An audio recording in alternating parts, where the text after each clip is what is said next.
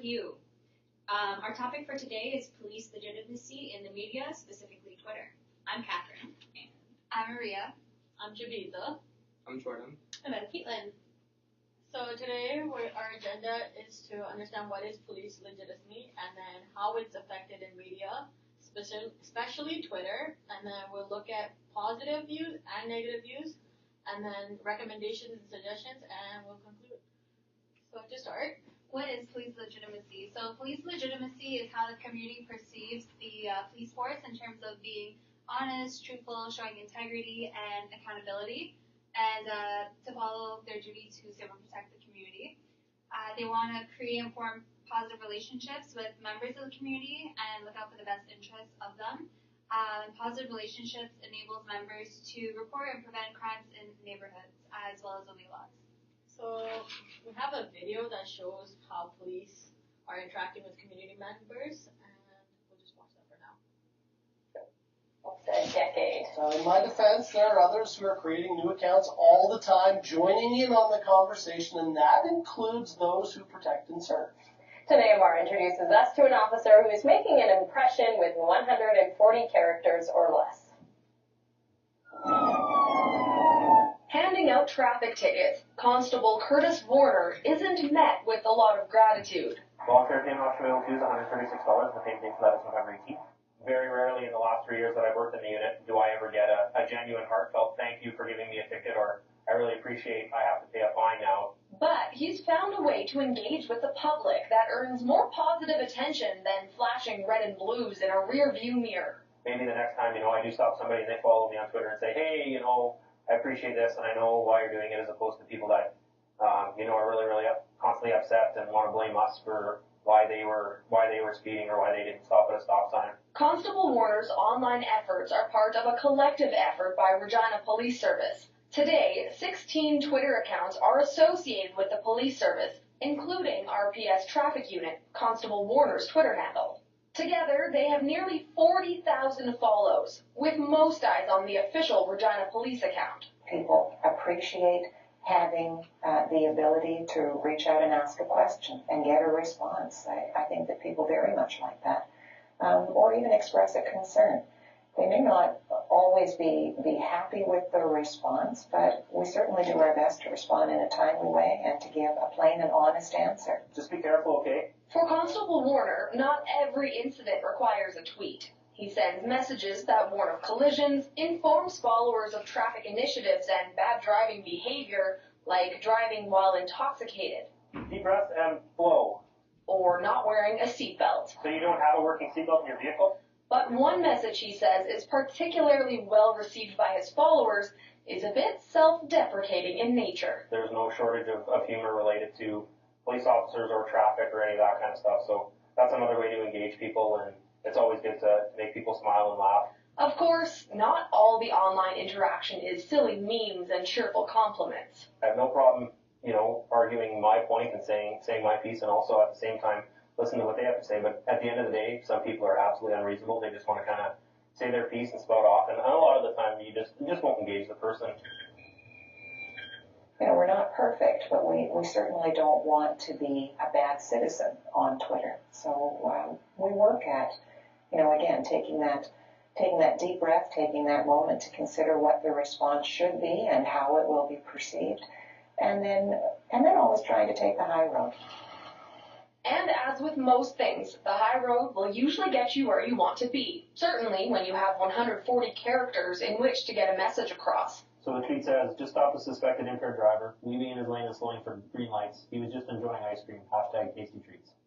Popowich says an online presence helps officers in providing information directly to the people who want it. And for those who might argue an officer pulling over to type a tweet is a bit of a waste of time, I would draw the comparison with an officer being on the beat, walking downtown and taking the time to talk to passersby or stop in to see business owners. Twitter is really just a new approach to community policing, knowing who you serve and ensuring they know who's behind the badge. Now, a Twitter handle.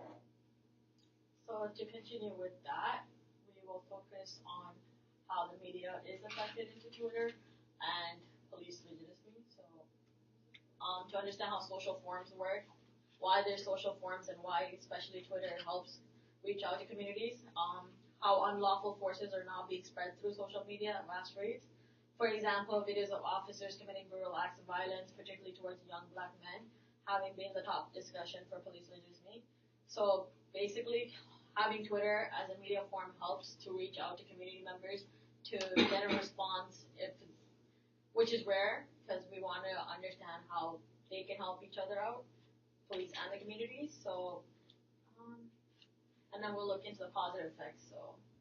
So evidence suggests that Twitter has been an effective tool to gather information from the public through an online version of anonymous tips. And so social media has become like an increasingly popular way for police forces to communicate with the public, and they can have positive effects on the public perception of the police. A large number of citizens and the public do use Twitter to engage with the police, whether it's just asking a question or expressing their concerns with the police or reporting something they saw, anonymous tips. And through that, it increases the perception for the police through the public by establishing an online relationship with the citizens. And evidence suggests that Twitter has been an effective tool to gather information through the public through these anonymous tips.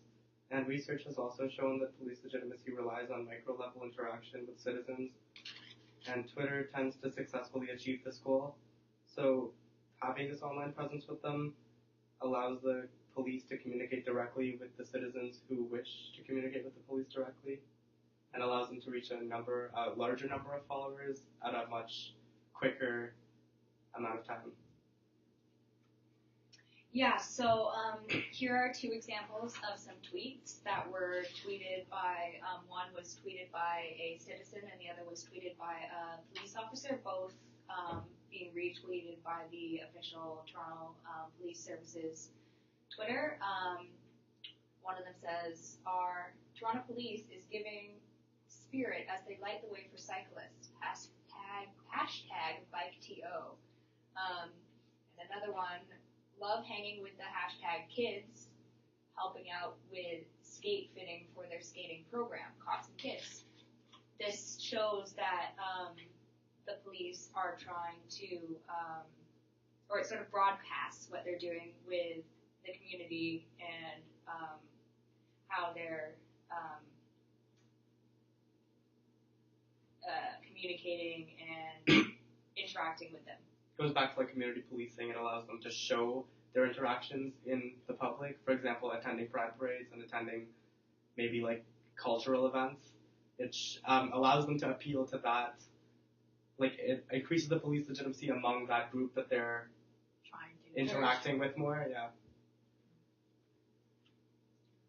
Yeah, that's good. Okay, so the negative side of things. I think that although there's definitely a lot of positive things that can come from the police tweeting and everything, it can also have a very large negative impact on the society's view of police. So here's just a couple examples. To our right, we have DeFonte Miller, which is the case we're going to be discussing today, who was beaten by a police officer in Toronto. And the case had a lot of retweets. This is getting around a whole bunch of the audience and making police look even worse. So we are going to watch the video of DeFonte Miller's case and we'll discuss further afterwards. So in his case, Tory speaks out about how he was reporting how it was handled. So here's the case. A disturbing beating involving an off-duty Toronto police officer and a young man who's now left with life-altering injuries, an incident that involves not only one, but two police forces.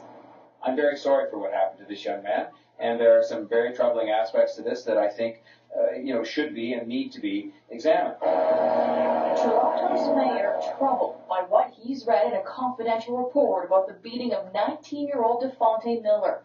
Speaking at a press conference today, he chose his words carefully, both as mayor and member of Toronto's Police Services Board. These kinds of incidents are deeply troubling. Yeah? Why? This is the Toronto officer the province's police watchdog charged last week with assaulting Miller. Michael Theriault, seen here in this YouTube video from 2015. Theriault is accused of chasing and beating Miller with a metal pipe and whippy back in December. Theriault was off duty at the time and he wasn't alone. The SIU has also charged his brother with assault in the same incident. And City News was the first to learn of another family connection. Theriault's father is a veteran investigator in Toronto's Professional Standards Unit, or Internal Affairs, a unit that is only now investigating what happened following the SIU's charges. I have read things that I'm not allowed to share with the public at this stage because I'm a member of the Police Services Board, and I will only say there are a number of unanswered questions which remain with respect to the process that was or was not followed here in terms of the notification of the SIU. That's because Miller's lawyer alleges both Durham and Toronto police failed to notify the SIU about the incident. He did. Durham police initially charging Miller, despite him being beaten so badly, his family says he will lose his eye. Durham police tell City News after investigation it chose not to charge the Theriault brothers, adding it was up to Toronto police to alert the SIU an off-duty officer was allegedly involved in an incident that left a civilian badly injured. Reached by phone today, Miller's lawyer, Julian Falconer, says he expects the truth to come out at the Toronto Police Services Board. Once the Police Services Board members, including the mayor, have done their job.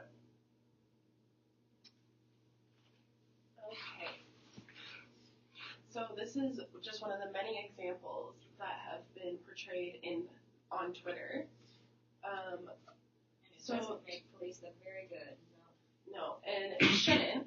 But at the same time, it can become over-publicized because of the platform it's using. So Twitter's platform creates opportunities for people who have negative views of the police and takes things out of context and apply views of one isolated incident to entire police forces. So although only a couple of officers are involved, it can create a larger perception. Yeah. Okay, so in 1999 in the U.S., they came up with a group or a project, the National Police Accountability Project. It's a non-profit, public interested organization that focuses on protecting human and civil rights of individuals against things that may occur between the police. So it gives the people, I guess, a sense of security, knowing that if there is one bad apple that does something, they're going to be protected.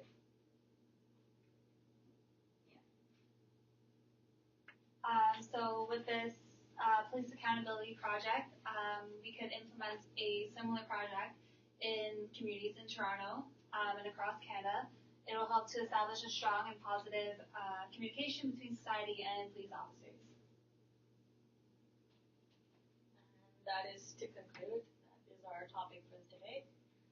So we see how Twitter can be a positive and a negative impact, but more towards as a recommendation, we look forward to Twitter being used more into community policing and how it can help us members of society get together and understand what the crime rates are, what crimes are happening, and how we can prevent further actions or further incidents to happen. So I think most of the outcome out of police legitimacy and Twitter is expecting to be a positive outcome, and that is to conclude. Thank you for tuning in.